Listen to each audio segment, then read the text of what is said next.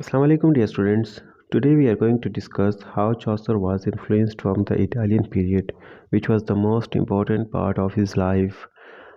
Because Chaucer was not only a poet, he was a diplomat, he was a page, he was a soldier, he was a courtier. क्योंकि उसके पास मुख्तलिफ़ किस्म के roles थे and from the very early age he was introduced to the royal court, so he had a kind of influence there and इसी वजह से फिर वो as a diplomat different countries गया और स्पेशली जब वो इटली गए और वहाँ पर इटली में जहाँ पर वो जो मेजर 3 राइटर्स थे उनके काम को देखा, उनसे मिला, जिसमें से पेट्रार्क भी है, बोकाशियो भी है और उसने डांटे का वर्क जब स्टडी किया इटली में तो वहाँ से इस वर्क से वो बहुत ज़्यादा इन्फ्लुएंस हुआ। और यही वो वर्क था, यही वो बैकग्राउंड थी जिसने चौसर को इंस्पायर किया, जिसने चौसर को एक मौका दिया, एक आइडिया दिया कि उसने भी वर्निक्यूलर लैंग्वेज में लिखना शुरू कर दिया था।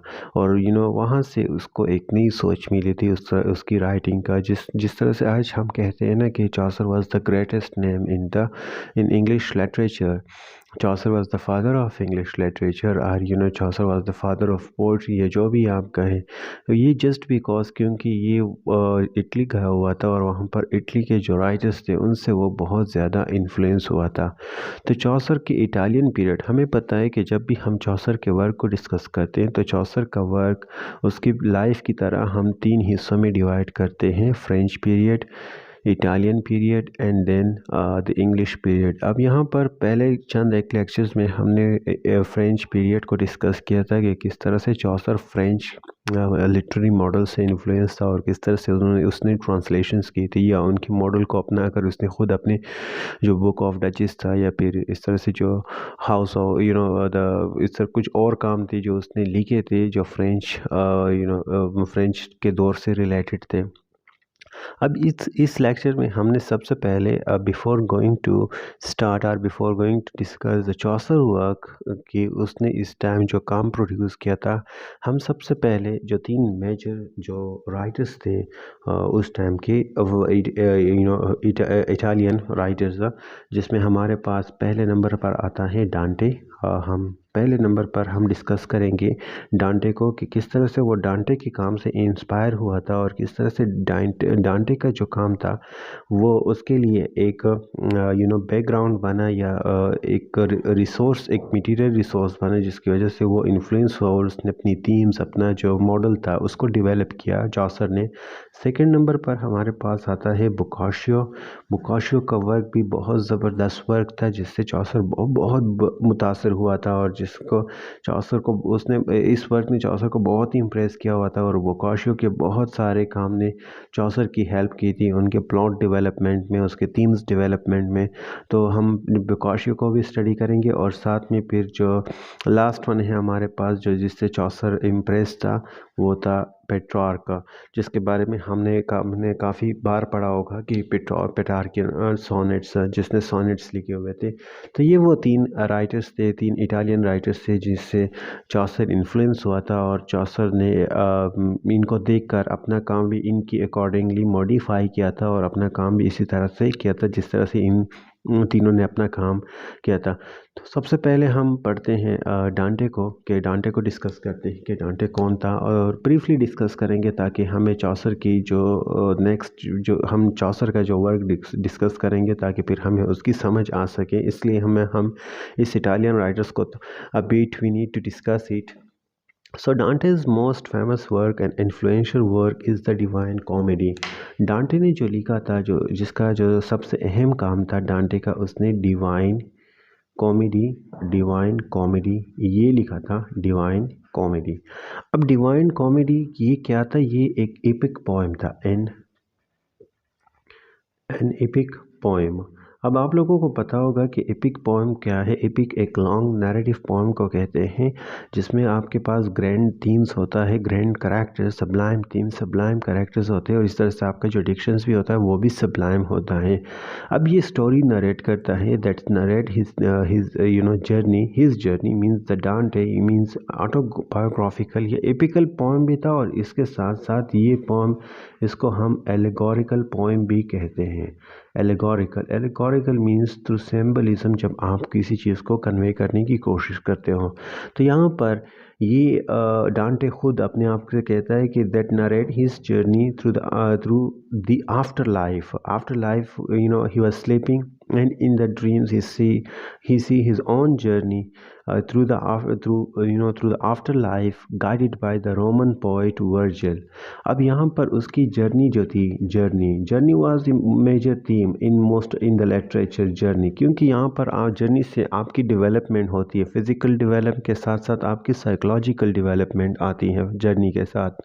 यहाँ पर ये journey, the theme of journey को हम फिर लेटर जब हम आगे जाएंगे हम डिस्कस करेंगे इस तरह से, जैसे हम अगर जेन ऑस्टन की बात करते हैं, या फिर हम एवेलिन की बात करते हैं, या फिर मेलकॉटी की बात करते हैं, या और भी बहुत सारे नॉवेल्स हैं, तो हम पर ये जो थीम ऑफ जर्नी है ये भी बहुत ज़्यादा विविड है, और हम इसको डिस्कस करेंगे कि किस तरह से ये कंट्रीब्यूट करता है इन द कैरेक्टर डेवलपमेंट, उसकी मैच्योरिटी में, उसकी साइकोलॉजिकल डेवलपमेंट में, कि जर्नी किस तरह से अहम किरदार अदा करती है। So the word journey is very important. तो यहाँ पर डांटे के साथ कौन होता है? एक रोमन पोइट होता है, रोमन पोइट उसके साथ होता है डांटे के साथ। और इस रोमन पोइट का नाम क्या है? रोमन पोइट का नाम होता है वर्जिल उसके साथ होता है। और उसके साथ साथ इसकी अपनी जो हिज बिलविड बिट्रेस, उसके साथ अपनी बिलविड भी होती है, हिज बिलविड, और जिसका नाम होता है बिट्रिस, उसकी अपनी बिलविड बिट्रिस भी उसके पास होती है। So the poem is divided, ये पोइम जो होता है, ये डिवाइन कॉमेडिया, इसको हम तीन हिस्सों में डिवाइड करते हैं। पहले हिस्से को हम कहते हैं इन्फर्नो हेल को कहा जाता है, हेल को कहा जाता है। और सेकेंड को हम कहते हैं पुरगेटरी, एंड थर्ड वन को कहते हैं हम पैराडाइज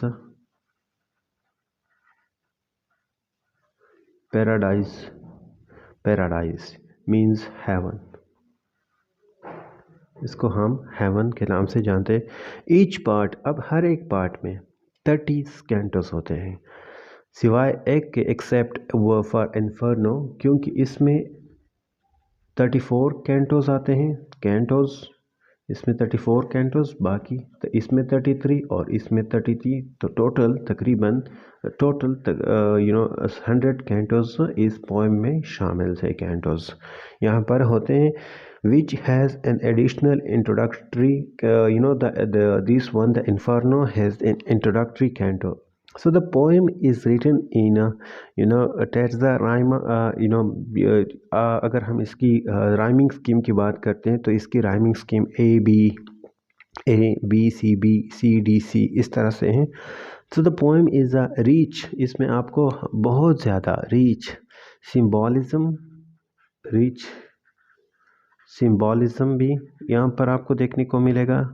इसमें आपको एलेगरी, जिस तरह से मैंने ऊपर भी कहा कि ये पोएम एलिगोरिकल पोएम है, और इसमें आपको रेफरेंसेस मिलेंगे, लेकिन रेफरेंसेस किसके? Reference to the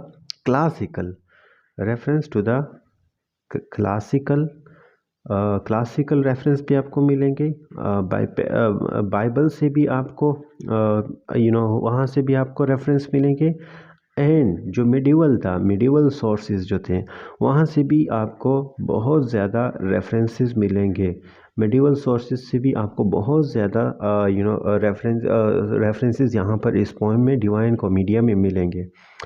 some of the main themes की अगर हम बात करते हैं जो डांटे ने एक्सप्लोर की थी इस पोएम में, आर द नेचर, उसमें अगर हम थीम्स की बात करते हैं कि कौन से थे इसमें, तो जो सबसे पहला जो थीम था अगर हम उसकी बात करते हैं तो nature was one of the themes. और इसके बाद अगर हम दूसरी थीम्स की बात करते हैं तो वो है हमारे पास कंसिक्वेंसेस ऑफ सीन भी हम इसको कहा जा, इसमें एक थीम है, कंसिक्वेंसेस ऑफ थीम भी है। तो एक हमारे पास अगर हम इस पर और मज़ीद सोचें तो the role of the free will, the role of the free will, the role of the free will भी हमें यहाँ पर free will and divine grace ये भी हमें एक यहाँ पर एक थीम है जो हमें इस पोएम में मिलता है। इस तरह से अगर हम मज़ीद इस पर अगर हम इसकी एनालिसिस करते हैं तो फिर हमें the relationship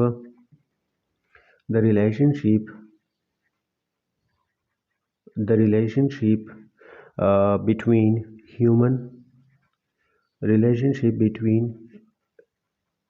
human and divine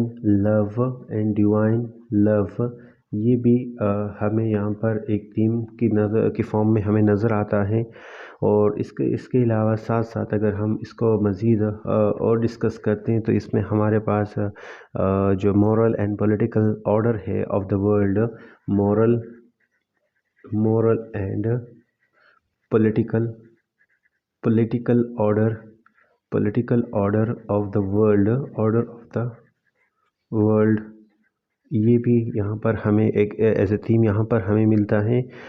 the role of the poetry and इसके अलावा हम the role of the poetry भी यहाँ पर हमारे पास एक theme, the role of the poetry भी एक थीम है यहाँ पर।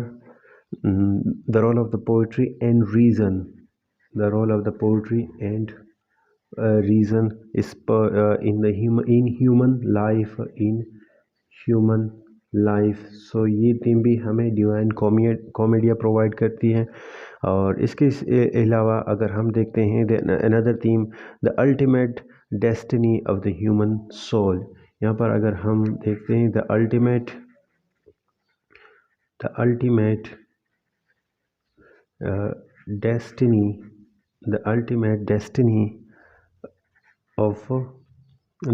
Destiny of the human soul, यहाँ पर ये भी एक थीम है। तो these are the few themes that I have discussed and मतलब यहाँ पर मैंने ये लिख दिए हैं कौन कौन से थीम्स है। नेचर भी है, कंसिक्वेंसेस ऑफ द सीन भी है, the role of the free will भी है एंड डिवाइन ग्रेस भी है, the relationship between human and divine love है, moral and political order of the world है, the role of the poetry and reason in human life है, and the ultimate destiny of the human soul। so ये काम जो है ये important है, the importance and contribution of the Dante works ये अगर हम डिस्कस करते हैं तो Dante's work is considered one of the greatest works of the world literature and a masterpiece of Italian language. It is also a profound Christian vision of humankind, temporal and eternal destiny. Dante's work influenced many writers, artists and thinkers throughout the history। अगर हम इसको कहते हैं कि इसने किस किस को इन्फ्लुएंस किया है, डांटे जिस तरह से हमने ये लेक्चर भी इसी पर शुरू किया था कि ये वो चौसर को उसने क्या किया था, बहुत ज़्यादा इन्फ्लुएंस किया था। लेकिन सिर्फ चौसर नहीं था, इटली में इसने पेट्रार्क को भी पेट्रार्क से भी चौसर इन्फ्लुएंस था, लेकिन पेट्रार्क खुद डांटे से इन्फ्लुएंस था। साथ में जो बोकाशियो था, बोकाशियो को भी इस डिवाइन कॉमेडिया ने बहुत ज़्यादा इन्फ्लुएंस किया था। और इसके अलावा अगर हम मिल्टन को देखते हैं कि मिल्टन जब 6 ईयर आइसोलेशन में रहता है हॉरेशन में, तब वहाँ पर वो Greek, Roman, French, Italian literature को स्टडी करता है और इसने क्लासिकल लिटरेचर को पढ़ता है, साथ में मैथमेटिक्स भी सीखता है, उस पर भी अबूर हासिल करता है। तो यहाँ पर वो बोकाशियो के काम से भी डांटे के काम से बहुत ज़्यादा इम्प्रेस था। और मिल्टन के अलावा शेक्सपियर ने भी पढ़ा था और शेक्सपियर को भी उसने डांटे के वर्क ने बहुत ज़्यादा इन्फ्लुएंस किया था। इसके अलावा विलियम ब्लेक जो था वो भी एक उनमें से शामिल है। इसके अलावा अगर हम मॉडर्न में आते हैं तो फिर हमारे पास टी.एस. इलियट आता है। टी.एस. इलियट भी उनमें से एक था जो डांटे के वर्क से बहुत ज़्यादा इन्फ्लुएंस था। So Dante work also contributed to the development and standardizations of Italian language as well as to the culture and political identity। Italy यहाँ पर जो अहम थीम था जिसको चौसर ने पिक किया था कि डांटे ने क्या किया था कि जो कल्चर था, कल्चरल एंड पॉलिटिकल आइडेंटिटी जो थी, पॉलिटिकल, सॉरी यहाँ पर मैंने आइडेंटिटी लिखी, पॉलिटिकल आइडेंटिटी, इसको स्टैंडर्डाइज किया था, इसको स्टैंडर्ड फॉर्म तक लेकर आया था डांटे अपने ऑफ इटली, क्योंकि यहाँ पर उसने इटली की जो अपनी आइडेंटिटी थी उस पर काम किया था। तो डांटेज वर्क जो है वो रिफ्लेक्ट करता है पर्सनल और हिस्टोरिकल कॉन्टेक्स्ट को। यहाँ पर अगर हम पर्सपेक्टिव्स की बात करते हैं तो डांटे के वर्क से हमें डिफरेंट पर्सपेक्टिव मिलते हैं। एक पर्सपेक्टिव हमें पर्सनल पर्सपेक्टिव भी मिलता है, एक पर्सनल और एक हिस्टोरिकल हिस्टोरिकल पर्सपेक्टिव्स यहाँ पर हमें मिलता है। दो पर्सपेक्टिव, पर्सनल पर्सपेक्टिव भी और हिस्टोरिकल, क्योंकि इस डॉन्टे ने क्या किया था कि पर्सनल कॉन्टेक्स्ट में भी बात की और हिस्टोरिकल कॉन्टेक्स्ट में भी उसने बात की। कॉन्टेक्स्ट उसने दोनों के लिए इस्तेमाल हुआ था। यहाँ पर हम इसको थोड़ा सा डिस्कस करते हैं और इसके साथ साथ अगर हम हिस्टोरिकल कॉन्टेक्स्ट के साथ साथ अगर हम देखते हैं तो उसने इंटेलेक्चुअल एंड आर्टिस्टिक इंटरेस्ट को भी सामने रखा था। डांटे जो था वो फ्लोरेंस में पैदा हुआ था 1265 में, और ये जो टाइम थे during a very turbulent period of the political and social conflict. बहुत ज़्यादा सोशल कन्फ्लिक्ट्स वहाँ पर थी, स्पेशली खास करके वहाँ पर दो ग्रुप्स थे। इटली में दो ग्रुप्स थे। ये फिर बाद में हम रोमांटिक एज में हम कुछ राइटर्स को पढ़ेंगे और विक्टोरियन एज में जो इसी इटली के वर्क को डिस्कस करेंगे, जिसमें हमारे पास रॉबर्ट ब्राउनिंग की एक सॉर्डेलो एक पोइम है जिसने इस कॉन्फ्लिक्ट का जिक्र उस पर वहाँ पर किया हुआ है। अब ये टू फंक्शंस थे that supported the pope and the Holi Roman emperor respectively. तो डांटे ने क्या किया था कि इन सारी चीज़ों को भी देखा था, and he was actively involve in the political life of his city, so until he was exiled in 1302 for his opposition to the corrupt and violent regime of the of the black Guelphs. उसने oppose किया था emperor को। So Dante spend the rest of his life wandering from one place to another seeking refugee and patronage while writing his masterpiece. Dante was also a scholar and a poet who was well versed in the classical and medieval tradition as well as in the contemporary culture of his time. He was influenced by Aristotle, Virgil, Boethius और इस तरह से और भी बहुत Roman जो writers थे उनसे वो बहुत ज़्यादा इन्फ्लुएंस हुआ था। द सिसिलियन स्कूल एंड यहाँ पर अगर हम सिसिलियन स्कूल के ये जितनी भी राइटर्स थे उनसे इन्फ्लुएंस हुआ था। सो डांटे was also a visionary and a mistake who sought to express his love for God and for Beatrice. Beatrice was his beloved. His idealized lady who died in 1290. The reason why Chaucer was inspired by Dante. Chaucer was deeply influenced by another 14th century poems about a very different sort of pilgrimage, Dante's, जिसमें उसने यहाँ पर discuss किया था ये जो मैंने कहा ना कि इन्फर्नो पर यहाँ पर इटरी में उसने लिखा हुआ था। पर आई होप कि इसकी जो प्रोनाउंसिएशन है वो इस तरह से होगी, पर जो Purgatorio and Paradise. This is evidence that Chaucer greatly admired Dante, whom he frequently cites and sometimes quote in a manner that seems to show he had some parts of that divine comedy by heart. Chaucer was inspired by Dante's poetic style, his use of allegory and symbolism, his portrayal of diverse and realistic characters, his moral and philosophical insight, his explorations of the themes of love, sin, redemption, salvation. Chaucer also adopted and translated some of the Dante's works such as the Night Tale. उसने Canterbury tell में लिखा हुआ था। Canterbury tell का जो सबसे पहला जो टेल है नाइट टेल उस डांटे से लिया हुआ था। The clerk's tale and the Franklin tales. This is the reason why Dante Dante ने क्या किया था कि डांटे ने जो सबसे बेहतरीन काम था उसका, डांटे ने वर्निक्यूलर लैंग्वेज में बात की थी। वर्निक्यूलर लैंग्वेज, अब वर्निक्यूलर लैंग्वेज जो लोकल लैंग्वेज मतलब इटालियन लैंग्वेज में उसने अपना काम किया था, अपनी लैंग्वेज को प्रमोट किया था, क्योंकि डांटे को यकीन था कि वर्निक्यूलर लैंग्वेज जो होते हैं स्पोकन वो वर्निक्यूलर लैंग्वेज वो जो common people spoken, the spoken by common people could be the powerful medium of expressing the human experience and spiritual truth. He sought to elevate the Italian language. वो Italian language को promote करना चाहता था। वो इस हद तक वो लेवल तक लेकर आना of the level of the literary excellence तक लेकर आना चाहता था, जो प्रीवियसली सिर्फ और सिर्फ लैटिन के लिए रिजर्व था। तो उसने क्या किया था कि ही आल्सो अर्ज दैट द के वर्निक्यूलर लैंग्वेज जो है was suitable for certain genres such as comedy, poetry and prose।